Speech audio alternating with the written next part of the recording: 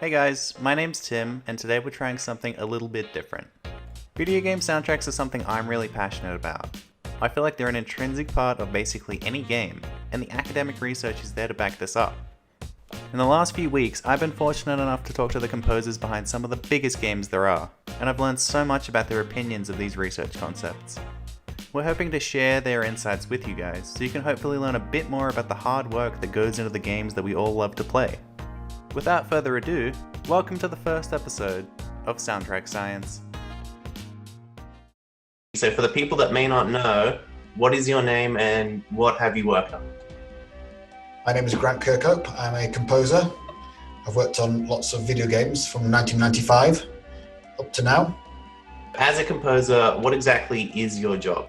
Well, on a video game, I guess I'll get some kind of creative brief from the creative director or someone like that. It tells me about what the music sound like, or what the area is, or level, or cinematic sequence, or whatever it happens to be, the kind of what they're looking for. I might get some videos to look at of the level or whatever it is that they've got, the characters running around doing stuff, and I'll set about writing some music to what I think they want. So I try to interpret what their thoughts are. So do you go into compositions with the intention of having an emotional impact on the player? Definitely. Like, I feel like the images tell the story, but the music tells you how you're supposed to feel. So I feel like if you watch a movie or anything in a game and take the music away, it's a very different experience. Music is that thing that lets human beings know if it's happy or sad or scary or whatever.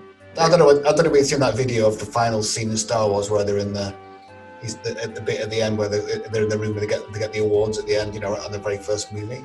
Yeah. And there's an edition of that on YouTube somewhere where they've taken the music out and it's just completely empty. And it's completely uneventful. It's just, without that big John Williams, heroic theme going on in the background, it just becomes a nothingness.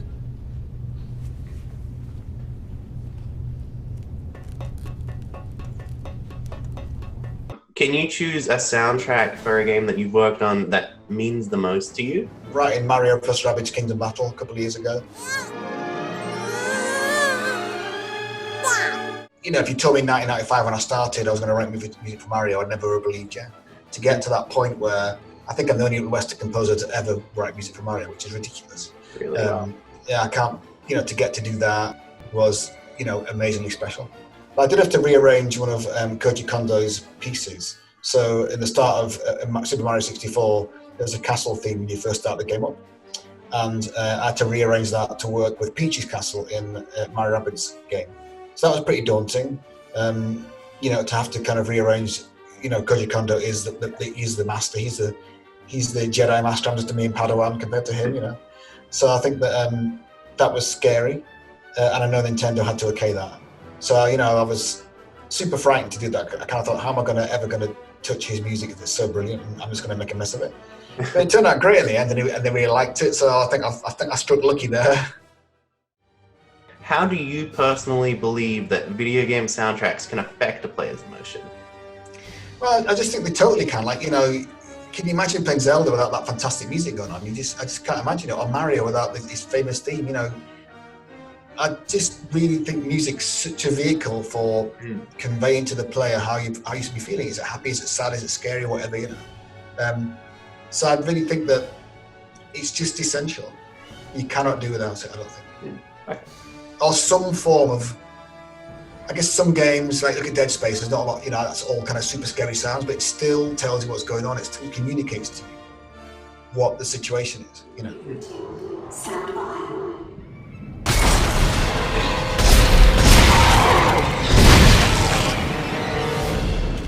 One of the things that I think you do really well across a lot of your games is you've got multiple versions of the same song that play in different areas.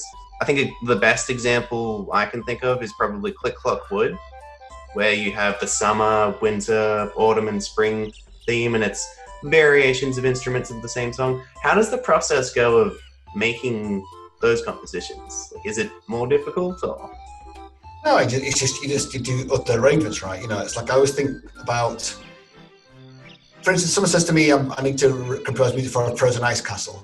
Like I'm thinking about pizzicato strings and Celeste and glockenspiel because the spiky instruments in my head, they're icy and spiky, right? So in the same respect, when you're doing summer and winter and autumn and whatever, in a game like that. I thought it was a nice waltz for the summer version. It was a windy, blowy version for the fall version. I think that you do. It's just shutting your eyes and telling a story in your head, right? So you just pull out that thing that you think sounds like it to you.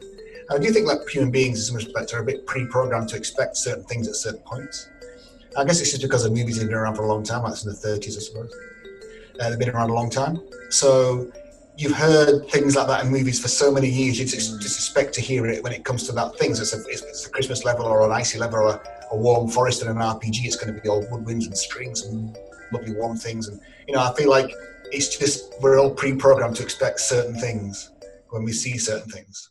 You were listed as the arrangement supervisor for the Spiral Mountain track in Smash Ultimate. Yes, that was another one of those moments where you kind of go, God almighty, I just got asked to do a piece for Smash Brothers. I mean, I think I was only Western composer in Smash Brothers at that point, which is another crazy thing that, why me, But that was super nice to do, and I was, I knew about it in advance, and everybody's been talking about Banjo and Smash for so many years. And I really thought it was never going to happen. I probably did about 10 versions of that. He kept asking me to turn the reverb down because I think they like it to be quite dry. And I was writing this big, epic, massive thing, And I started off with a big orchestral bit, and it went kind of banjo later. And he said, look, we think it sounds great, but can you put the banjo bit at the beginning? And then go into the big orchestral and go crazy as you want at the end of it, which is completely contradictory to what the PowerPoint has sent me. For me, that whole process, when it came to the announcement at E3, people went absolutely nuts. Like, I've never seen reactions like that ever before, for me. Yeah. And like all those fan reactions, people doing videos and crying and absolutely going crazy and shouting their heads up and blowing the mics up and all. Like the Nintendo store in New York, where me and Davide unveiled Mario Rabbids. I mean, I know that place, that went bananas. They went absolutely crazy.